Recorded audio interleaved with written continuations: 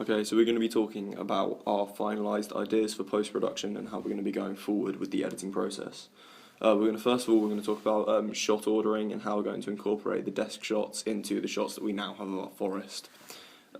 So just to update you and give you like a refresh on what our plan is, we're basically having a chronological order of a woman walking into a forest, and in this we're going to intercut scenes of a desk shot.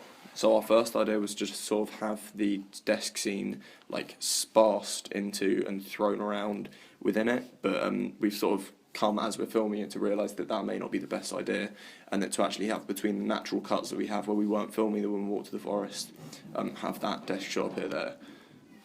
So like we don't know which one of those we're going to go for yet, but they're definitely the two that we've sort of narrowed it down to, and the two ideas that we're going to sort of work upon most.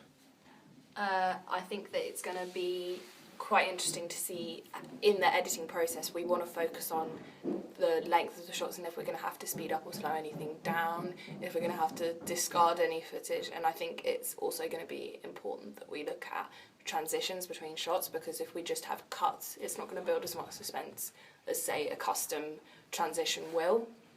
So I think that'll be quite interesting to have to look at and discuss between us. Mm-hmm.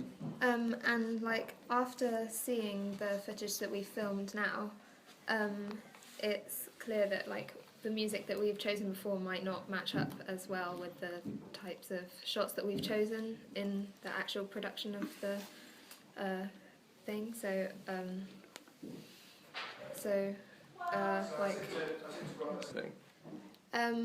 Now that we've got our raw footage filmed, it's clear that the music that we may have chosen before might not match up as well with the things that we were thinking of and the shots that we've done. So in the setting, it's definitely more applicable if we use some sort of different sound. So one of the ways that Frankie and Sophie suggested we could come around this was if we use some of the sound samples that we used before originally, because it was actually quite difficult to find full-length pieces of music that really conveyed the same feelings. So Sophie and Frankie, I think you want to talk more about how we're going to use the soundscape, and then Alex, you're going to talk about how we're using the original music samples, aren't you? Yes, we are. Okay, so Frankie and Sophie, do you want to... I think that it would be an interesting idea to explore making our own soundscape, because it's so hard to find things online that are royalty-free yet still comply with the ideas that we've got, and we kind of don't want to make it a box-ticking exercise, so we're just picking something for the sake of it and adding it in, and it's like, because music is make or break, is one very important aspect of what we're doing, so we need to make sure that we get music completely right. And maybe the way that we've got to do that is create our own soundscape and look into how we can do that online. And even though it might take a bit more time, it's going to be a lot better in the long run than to just kind of take something off of the internet that somebody else has made for free. And generally free stuff's going to be better than paid stuff, so it's going to look good on our part if we've got a soundscape. Yeah, but equally we need to take into consideration that we might not have the skill set needed to create our own soundscape. So Alex, I think you were talking about how we're reusing and repurposing music that we found. Yeah, basically what we're gonna do is, I think we were gonna try, and we're not going to use it all in its entirety. Really, we're gonna have to start it. We're going to have to start it sooner or after or later, more. Basically, what we're going to need to do is... Well, never mind. Just keep talking. What we're going to need to do, we're going to need to start it at the scene where our victim walks out of her house. And at points we may even need to cut it out to build suspension, or heck, maybe even cut it off early. Yeah, so we'll sort of not use the music from start to finish just as an overlay.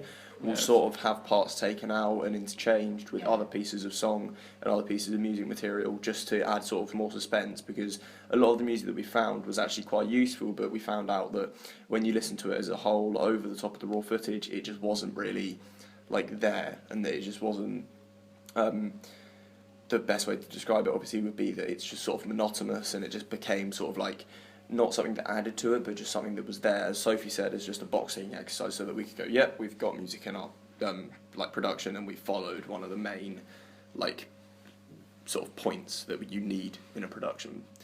And then finally we're going to talk about transitions and how we're going to use them.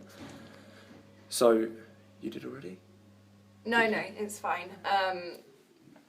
We wanted to think about transitions, so we're not just using what we've already got. As I said earlier, we're going to need to think about the most effective transition and how to make it look professional and not just, because whilst just cuts between shots are going to look the most professional method, instead of maybe sometimes how some dissolves or fade outs can look a bit naff, we want to make sure that we've got the right resources and the right transitions. We're going to need to have quite a big look into it to make sure that the transitions between the desk shots and the forest shots are clear, but they also look good and they actually build suspense instead of just showing this is one scene, this is another.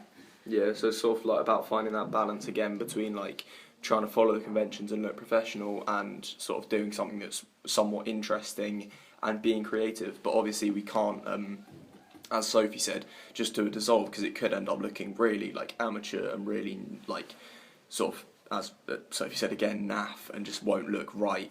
So we can't just stick with the jump cuts, however, because they aren't really interesting enough and they won't create like a good like new and like creative way to cut between the two scenes.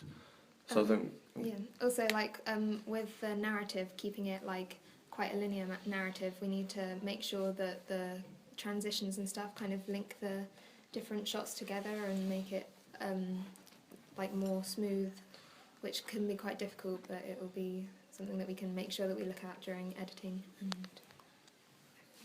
yeah, so it's again something that we need to take into account. I think we've pretty much covered everything we wanted to talk about. Yeah, I think we've got it. Okay, so thank you for listening.